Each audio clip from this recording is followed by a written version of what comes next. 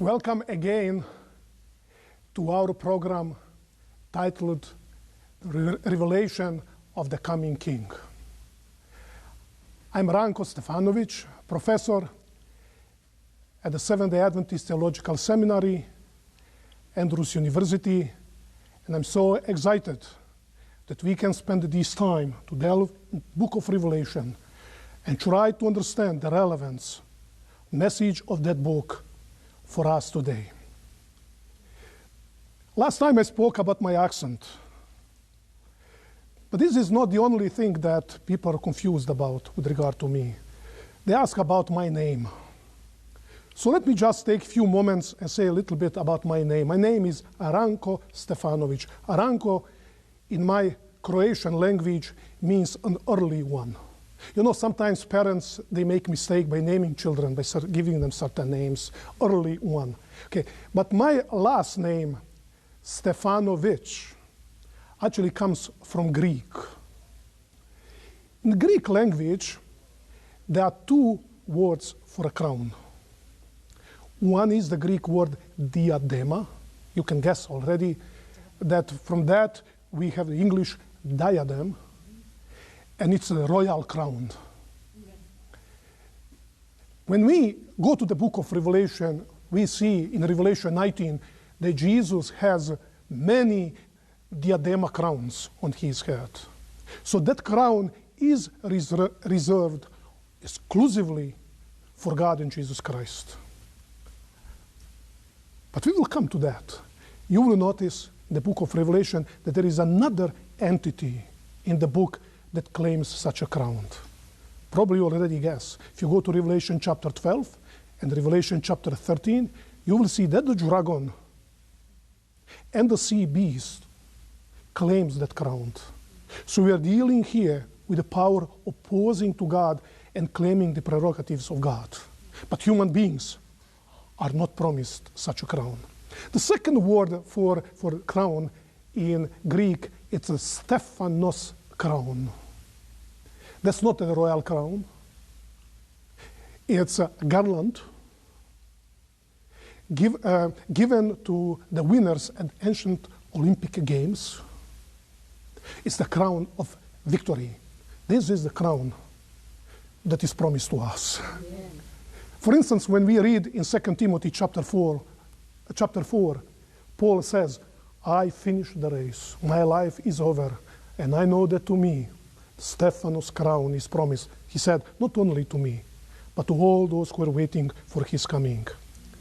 Revelation chapter 3, verse 11, be faithful until the point of death, and I will give you the Stephanos of life.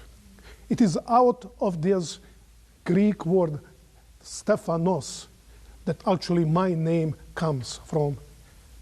Okay? Stephan, the Western Stephen, are both derived from this word. And Stefanovic actually means a little Stephen in my language. You know, the person lived somewhere, he was a foreigner there, and people ask, who is this person? He is son of Stephen, little Stephen. In my language, it's Stefanovic. That's actually how people got their second names. So this is a little bit about my name, but in the same time, we want to see different aspects of the book of Revelation there. So if you, among our viewers, if you have the name Stephen, just know that is rooted strictly in that biblical promise that one day, when our Savior Jesus Christ comes, we will get that Stephanos of life. But today, we would like to go to another aspect of the book of Revelation. Keep in mind, we are still in verse 1. Yeah. And believe me, we can spend hours and hours just on the first 3 verses of the book of Revelation, which actually are a part of the prologue of the book. But about that, we'll talk later. So please, I'd like to ask you, if you can open your Bibles again, but please, I want to fulfill my promise. I will do it always at the beginning of our study and at the end. If you are able to hold in your hands my commentary that we recommended last time, you still have a chance somehow to Provide a copy for yourself. Our presentation today, it's based on the pages, if you want to follow and later to study for yourself, from page 17, 17 in my commentary. So 17, 18, 19, 20, 21, and so on. And then also, part of what we will cover today is found on pages 58, 59, 60, and 61. But our focus will be primarily from pages 17. So I would like to encourage you, once we are done with this presentation, I would like you really to get more information there from my commentary, but to take the Bible. This is our primary textbook, as we mentioned last time, and please go and continue and study this book for yourself, whether by yourself or in a group of some devoted Christians who would like also to study together to get the meaning of that book. So, what are we talking about today? Please, would you turn back to that opening text of the book of Revelation, Revelation chapter 1, verse 1. The revelation of Jesus Christ. We saw it last time, that this is the title of the book, which God gave him. And then we saw the purpose of the book, to show to his servants the things which must soon take place. But now we are going to the last part of this verse. It said, and he, who is that he? Jesus Christ himself. He sent. And my New American Standard Version says, and he communicated it by his angel to his servant John. The casual reader of the book of Revelation, especially when you read this in English, and because of different Bible translations, you don't see anything too much significant here, except that Jesus revealed to John, the revelator, things that are mentioned at the very beginning of this text, things that will take place in the future.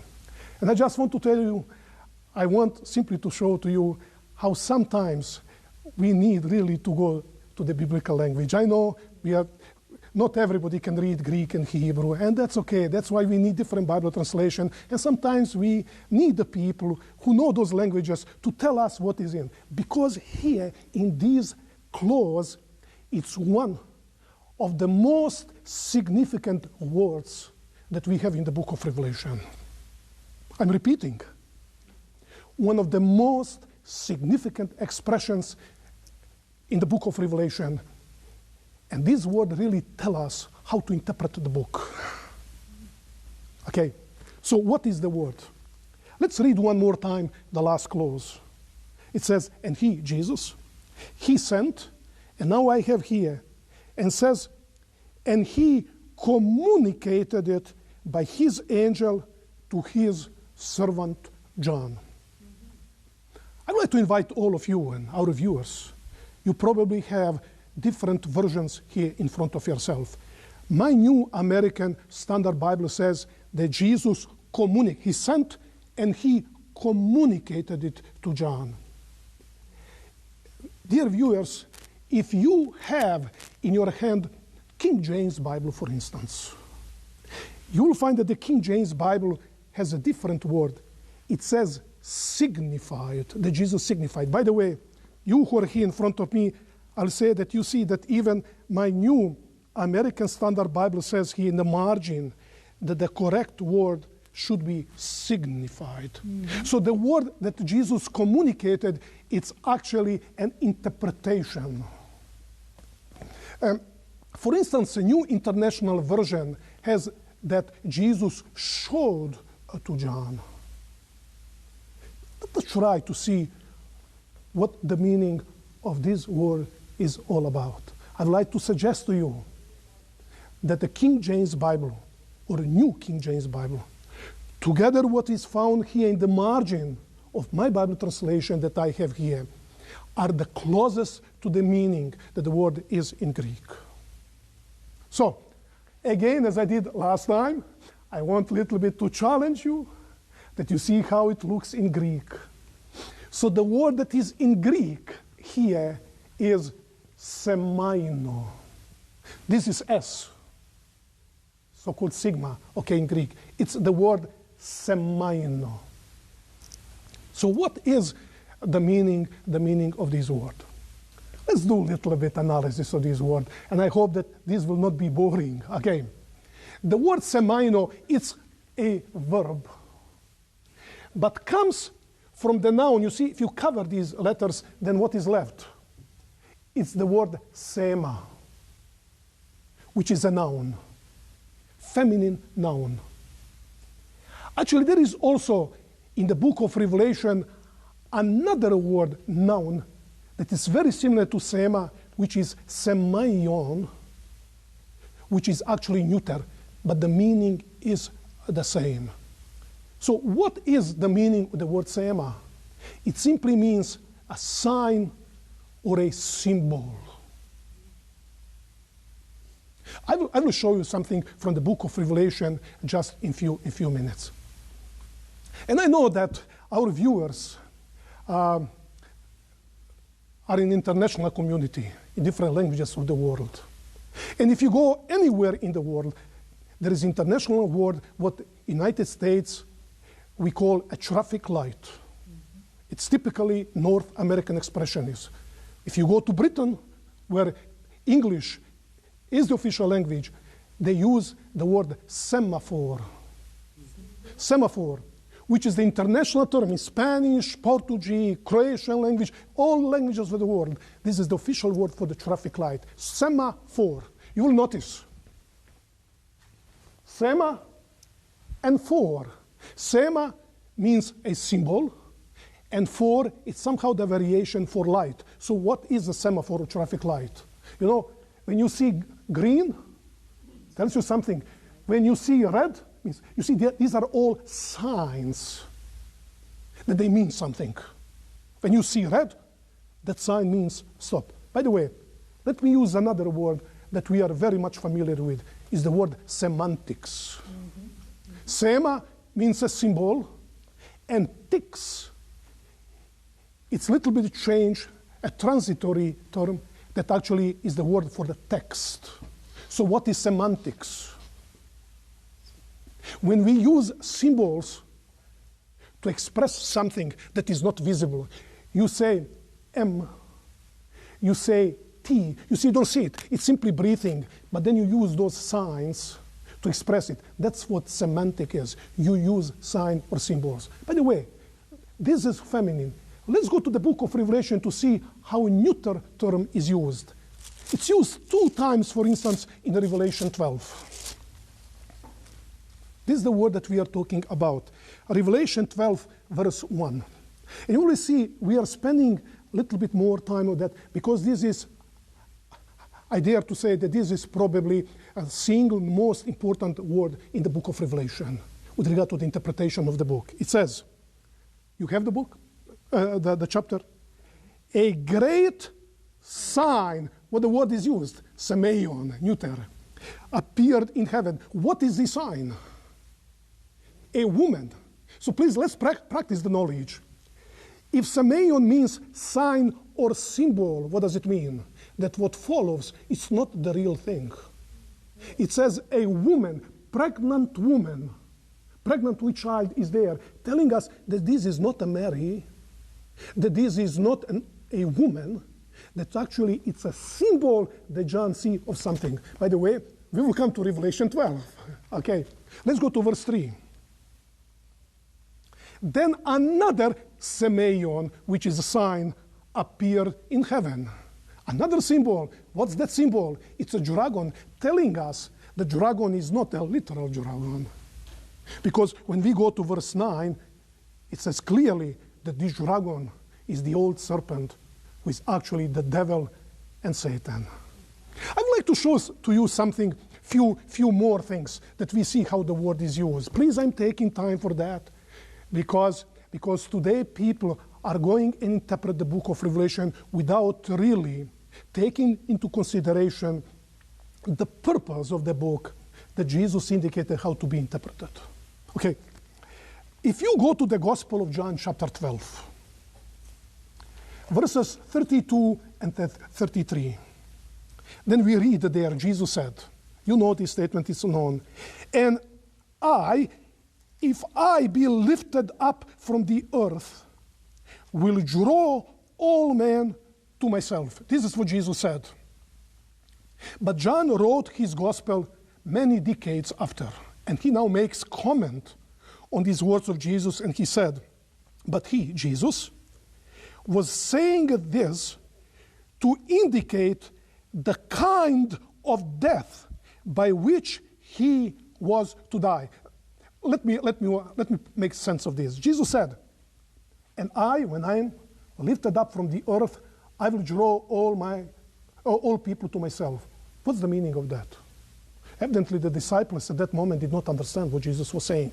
It was decades later that John understood when he was writing the gospel.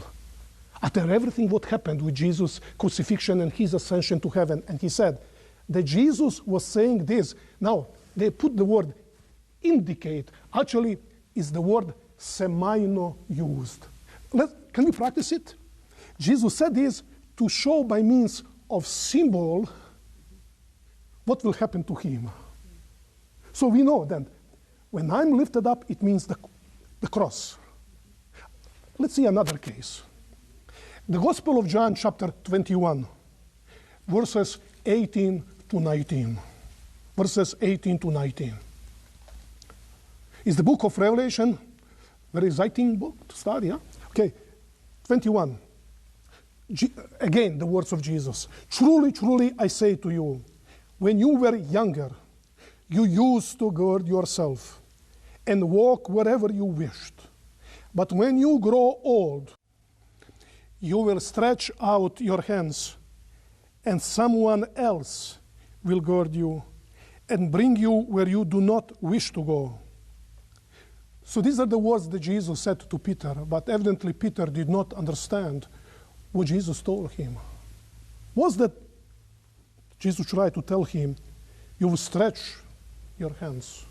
Somebody will take you to the place you don't want. Actually, it was, again, decades later, when John was writing his book, that he understood it, and he makes a comment. Now, this he said, signifying, the word semaino is used. It means showing him by means of symbol what kind of death he would glorify God. And when he has spoken this, he said to him, follow me. So I hope now that we can get a little bit insight into the meaning of the word semaino. But there is another word that is probably, another biblical passage that is more significant. And when John, in Revelation 1:1, quoted the words of Jesus, in using the word semaino, actually he had another book in his mind. And that's the book of Daniel. I don't know if you're familiar with or not, but the Bible, yes, originally was written in Hebrew, and few chapters were written in Aramaic. But actually, it is 300 years before Christ that the Bible was translated into Greek language, known as the Septuagint. So Septuagint is Greek translation of the Old Testament. So in Daniel chapter 2, verse 28 of the Septuagint version, we have the following words. I would like us to read it. However, there is a God in heaven who reveals mysteries. And now, let's pay attention. And he has made known, actually, the word semaino is used. God made known. What does it mean? It means that God revealed to the king Nebuchadnezzar by means of symbol what will take place in the latter days. This was your dream and the visions in your mind while you were on your bed. Actually, it is the Septuagint version that uses the word semaino to indicate that what the king Nebuchadnezzar saw in that dream was actually a symbol or a symbolic presentation by which God wanted to show that to the king Nebuchadnezzar what will take place in the future. I hope now that we have already a sense of feeling what the meaning of this word is. So I'd like to give you a lexical meaning of this word. It simply means to show or to communicate something by means of sign or a symbol. It means to show, to communicate something by means or signs of symbols. So let us now practice this knowledge here. Let's go back to Revelation 1:1. Let's go to the last clause of verse 1.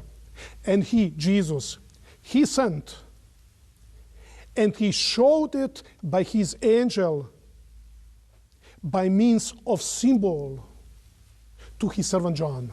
I don't know if this is good English, what I express it here, but I hope you were able to get the meaning of this text. As I mentioned, this is probably a single most important word in the book of Revelation with regard to the interpretation of the book. And the text is telling us, these words telling us, that when Jesus came and he revealed the content of the book of Revelation to John, what John saw it, what was shown to him, it was not something literal. It was shown to him by means of a symbol.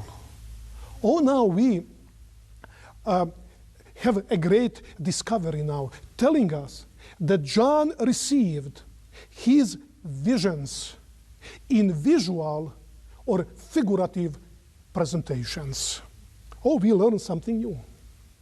But please, let us build on this.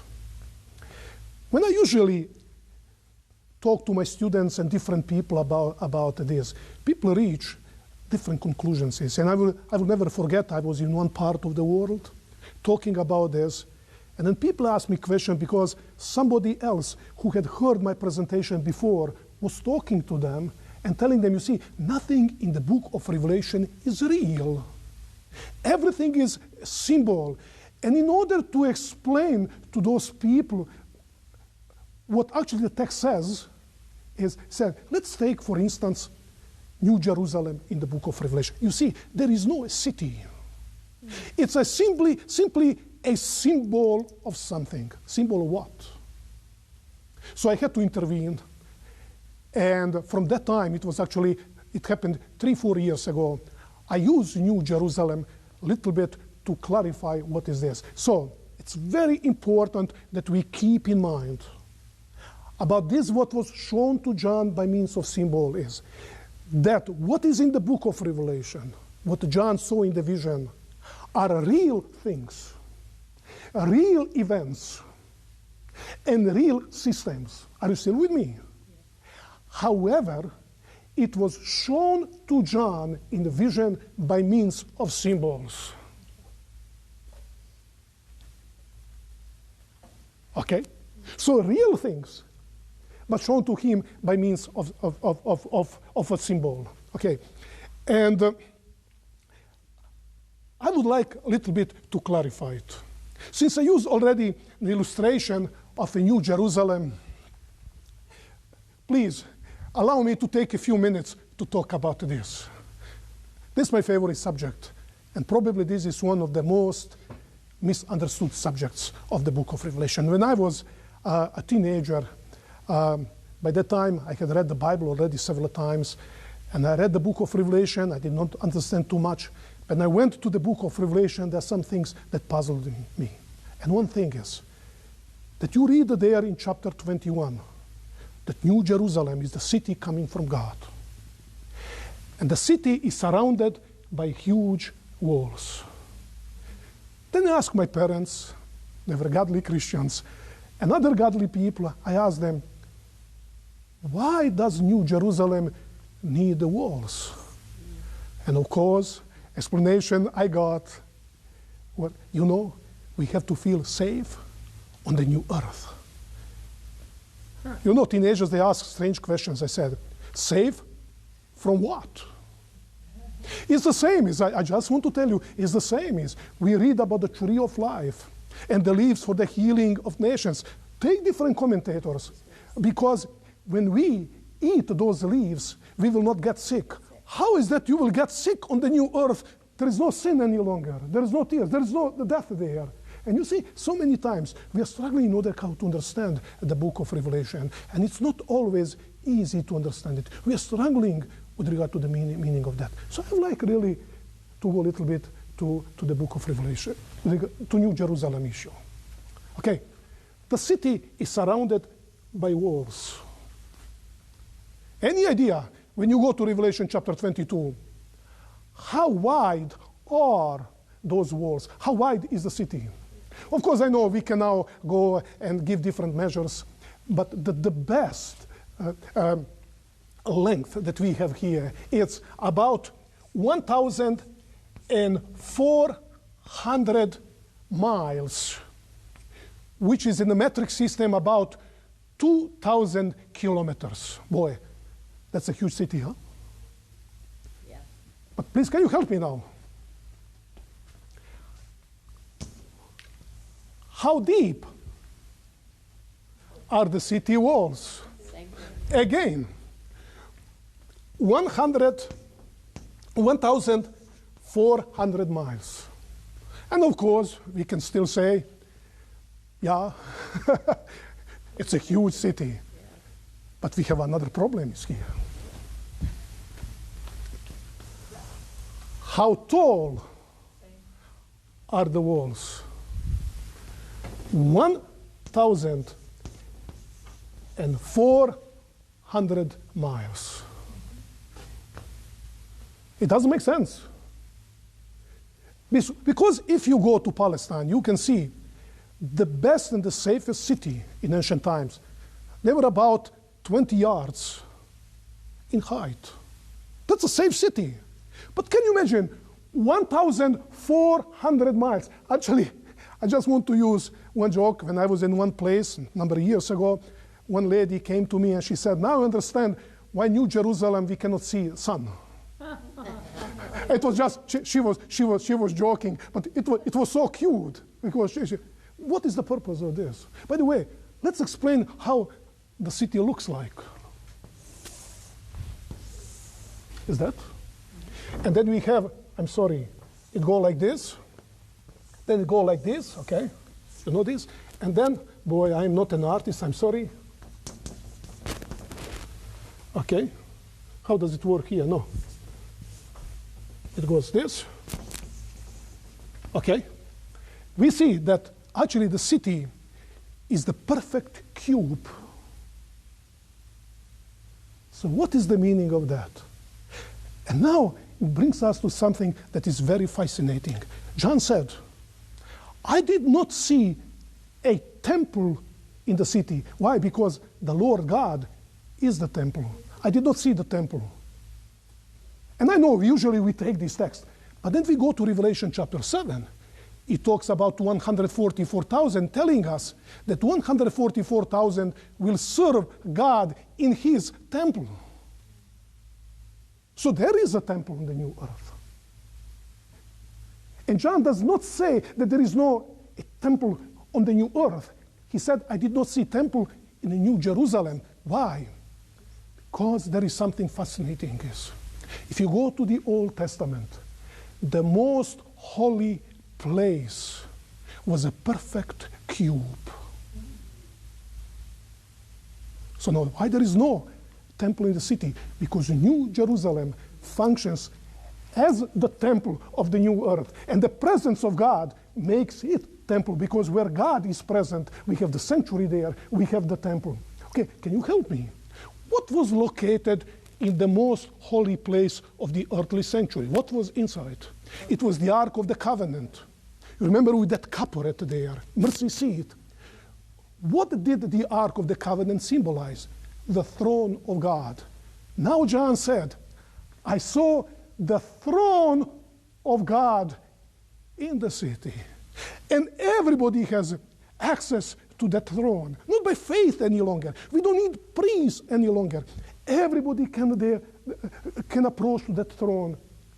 Come into the presence of God. Because he says, and we will see his face finally. Please, I want everybody to understand me. I'm not here discussing whether New Jerusalem will have walls or not. When we get one day, we will see it. But you keep in mind, what John saw on Patmos, it was a real thing. So he saw a real city. However, how can you describe something, as Apostle Paul said, what human eyes did not see? What we never heard with our ears, what cannot come to our mind. This is what God prepared to those who love him.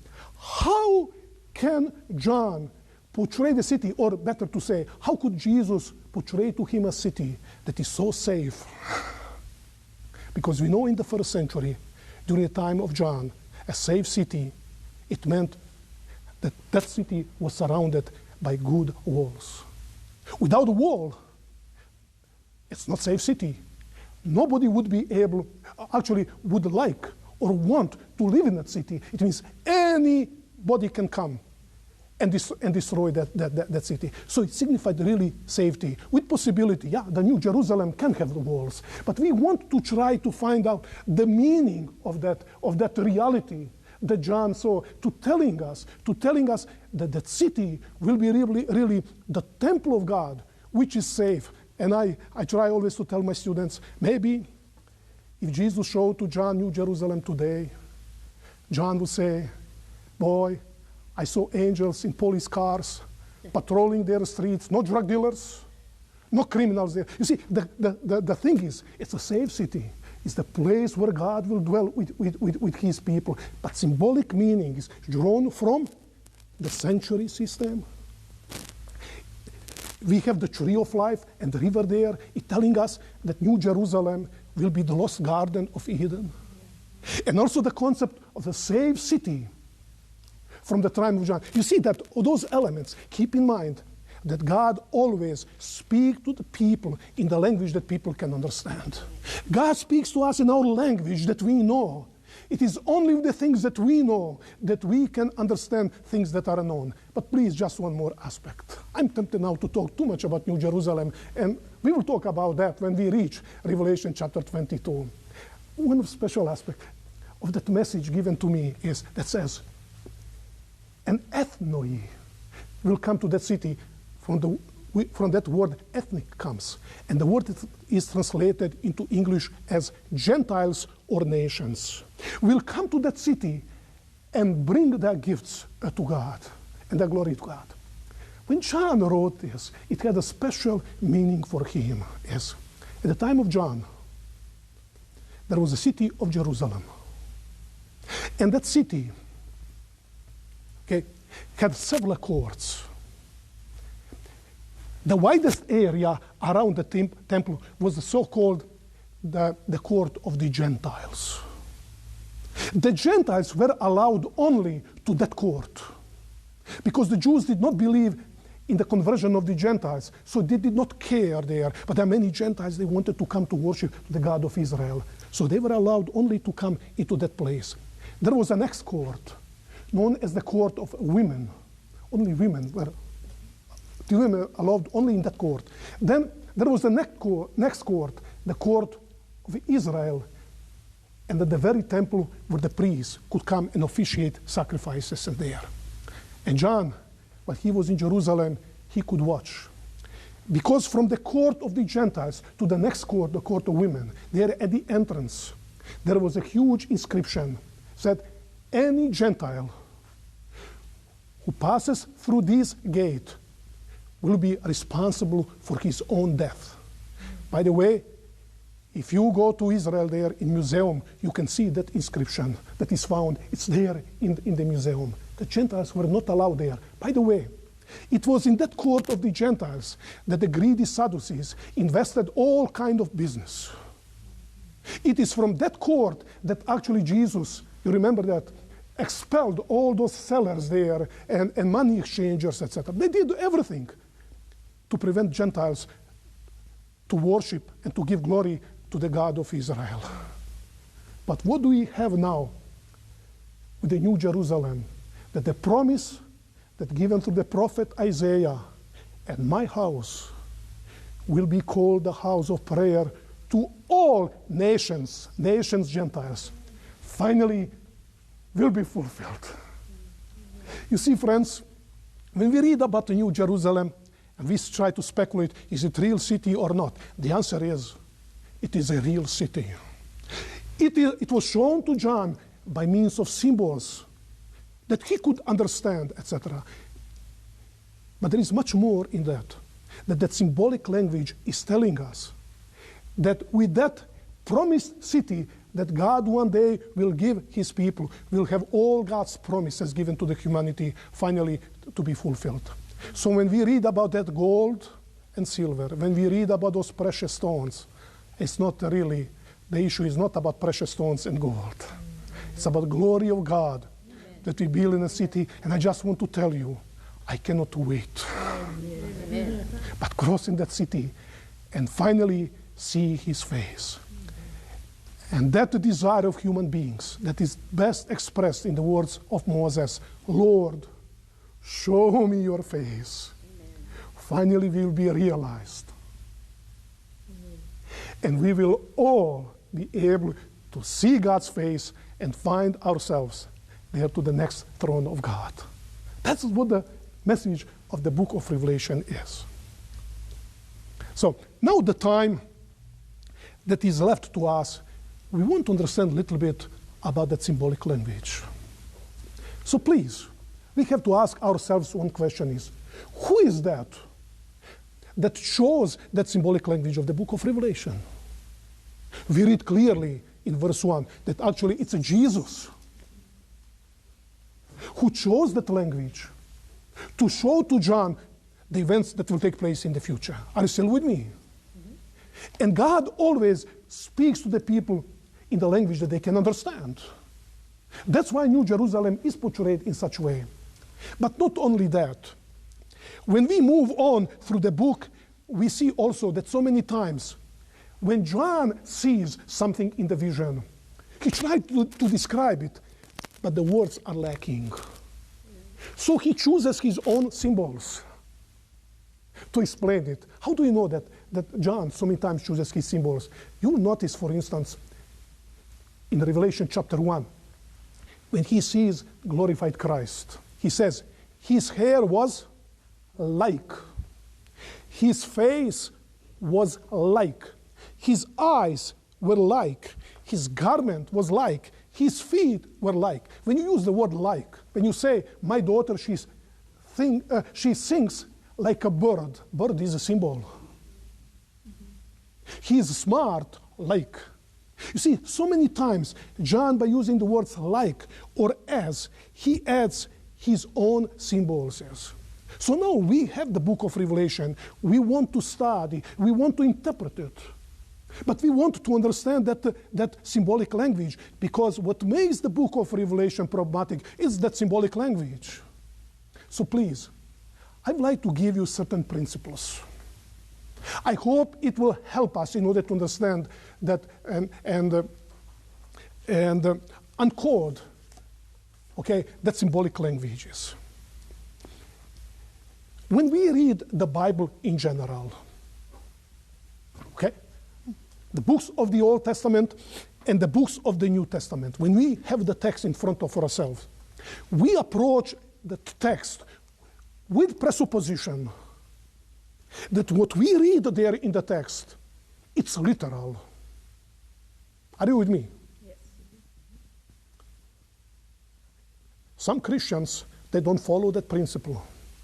And let me tell you just an illustration. They read Genesis chapter 1. God created something the first day, something the second day, the third day, and they try to reconcile a little bit with the science. So suddenly those days are not literal, but are symbolic. Some people, they have a problem with the coming of sin in Genesis chapter 3. So that was not a real serpent with Satan. There was something else. Many people, they have problem with the book of Jonah. So Jonah never existed. Jonah is symbol of something else. I'm sorry. I'm conservative Christian who reads the Bible as it is. I believe that the Bible is really the record of what happened, of course, through the lenses of the biblical author. Using his personality, the biblical author portrayed what happens. And it really happened. When you read that, it's so literal, it indeed happened. But there is always but. Unless the text indicates clearly that the symbolic meaning is intended. So many times we read something in the Bible and we see that the literal meaning does not fit. It's obviously a symbolic meaning. For instance, you read the book of Psalms when David said, "Many waters, they came against me." They are not literal waters. Evidently, he refers to his enemies. Or when you read in Isaiah chapter 5, he said, "Let me sing a song about my dear one. My dear one has a vineyard." He put a tower there in the vineyard. He put a fence around it. And later he explains, few verses later, Isaiah chapter 5, he said, "The vineyard is the house of Israel.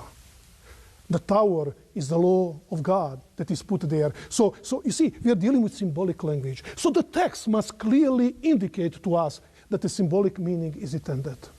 Now, when we come to the book of Revelation, the principle is completely opposite.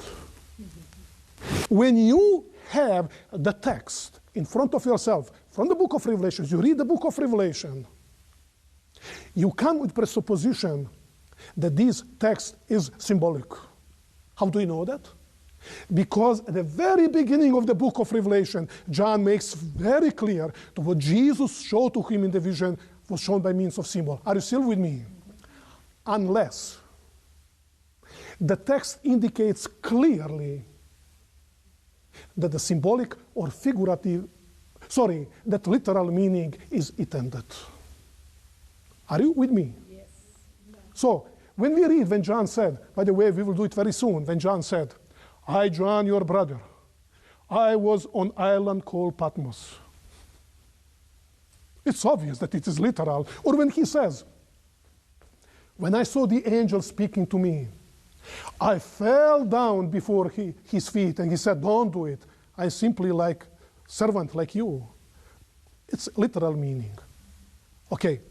So in order to establish certain principles, we want to recognize difficulties in the book of Revelation, because to determine what is literal and what is symbolic, it's not always clear to us.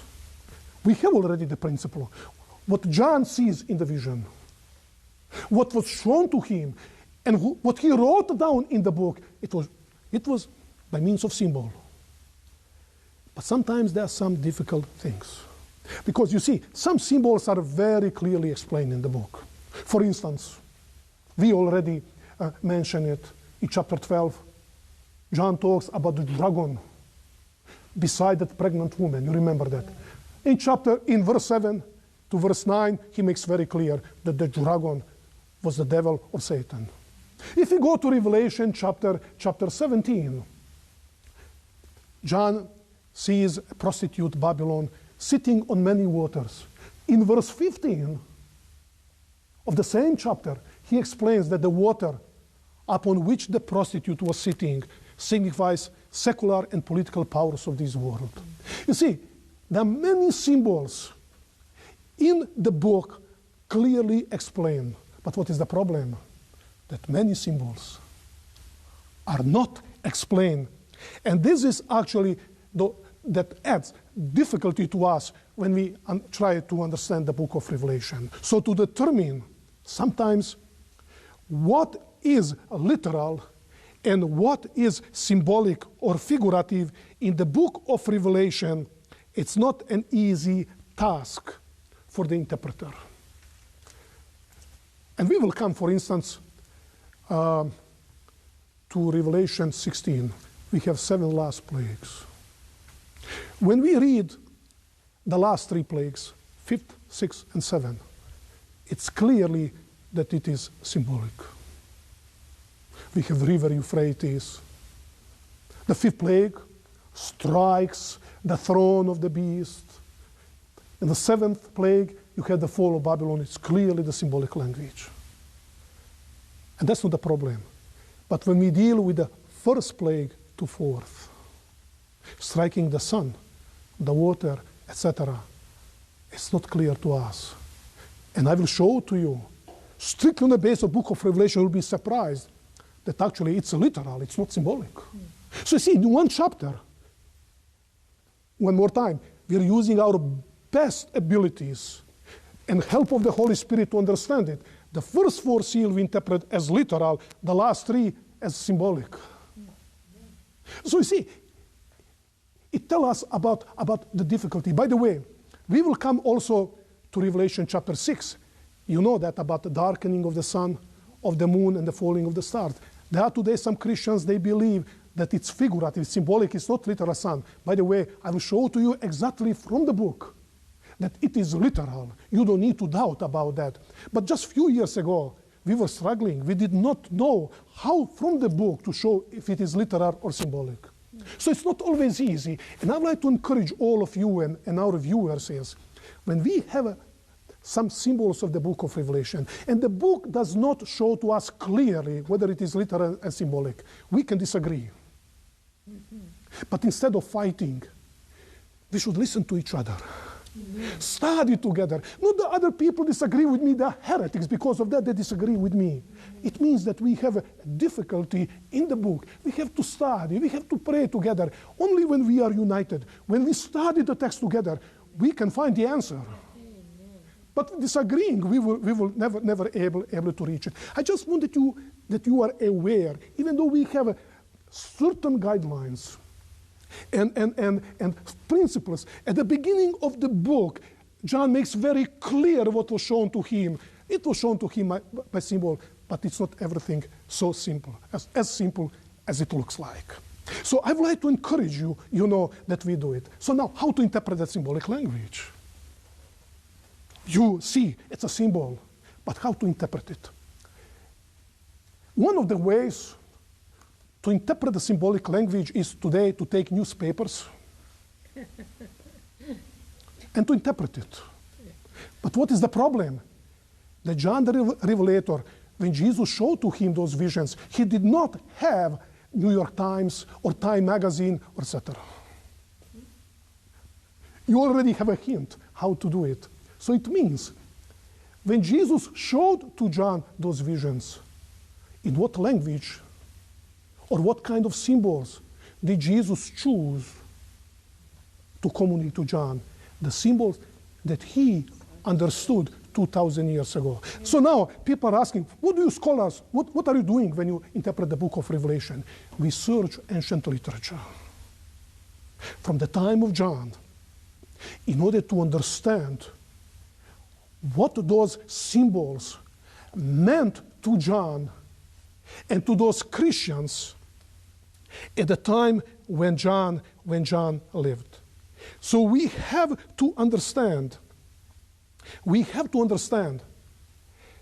that the book of Revelation was originally written 2,000 years ago, not in 21st century. It was written in the language of the people of that time.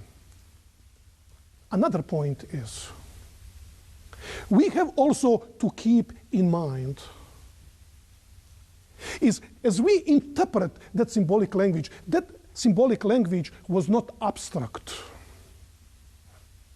It was pictorial. What does it mean? That when that language was chosen, it was taken from the history of God's people of the past. So when Christians of the time of John, when they read it, when we read today, it's not only about the symbol, it's about great message that is given to us. So the time is left, we have a few minutes, so please allow me, because the viewers will say, I'm studying the book of Revelation. Yes, I have your commentary. My commentary is written for the primary purpose, not always to give you the interpretation, but to help you in understanding the symbol. Okay? But you say, I would like to search deeper. Where can I find the meaning of those symbols? In order to provide the answer to that question, we ask ourselves the question, where was the symbolic language of the book of Revelation taken from? And let me be frank with you. It's very simple. It was actually almost 100 years ago, that some famous scholars, they went verse by verse, phrase by phrase. And they went to the Old Testament and they discovered, you know, when you put all the verses of the book of Revelation, when you put them together, we have 404 verses. That actually today we know that more than 300 verses of the book of Revelation, 300 verses of the book of Revelation, you can trace them directly to the Old Testament. See, that symbolic language is taken from there. Why is that so? Keep in mind that the book of Revelation, it's like a parable that Jesus did.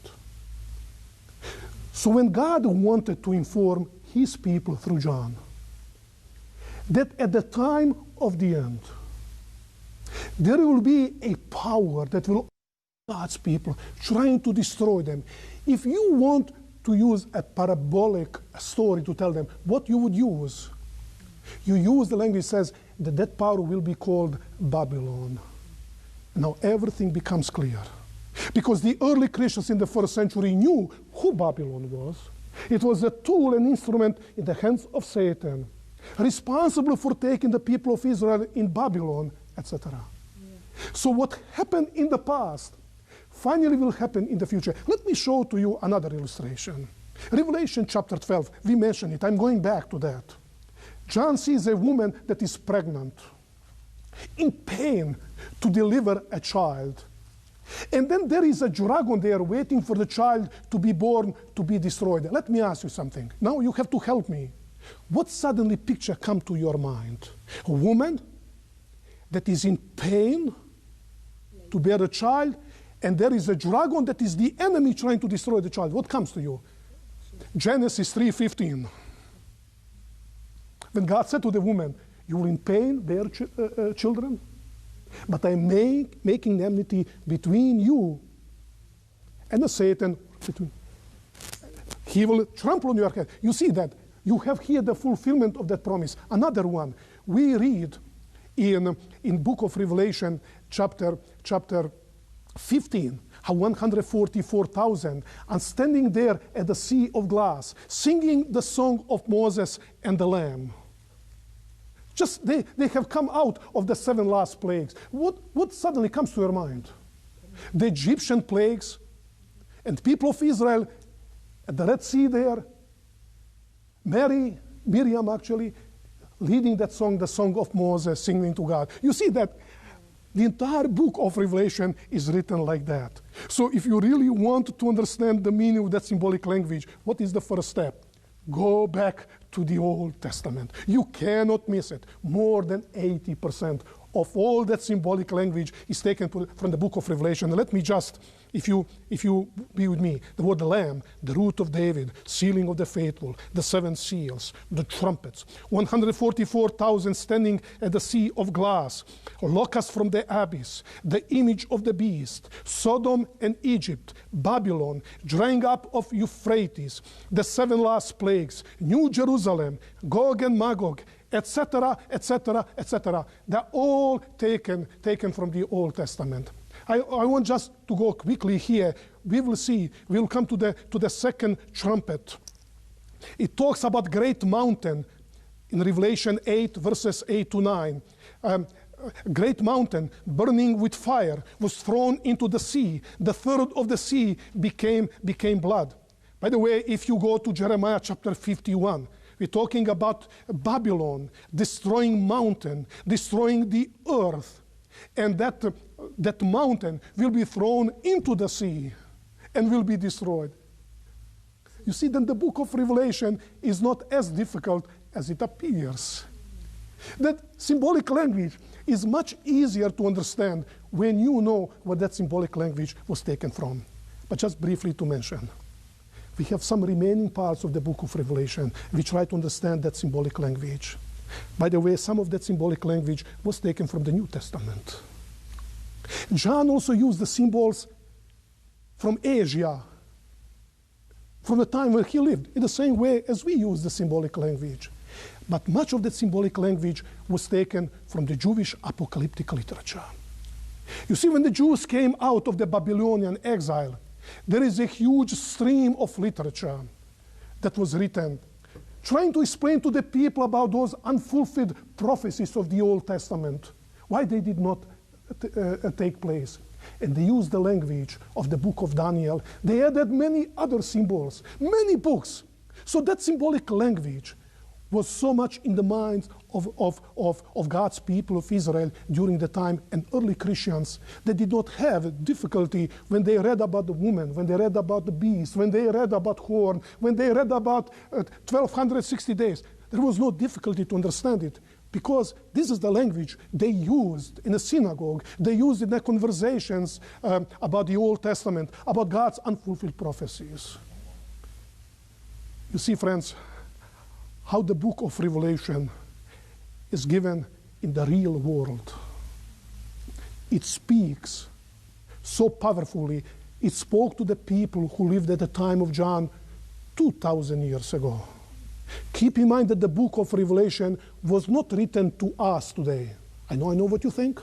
It was not written to us today. It was written to those Christians 2,000 years ago.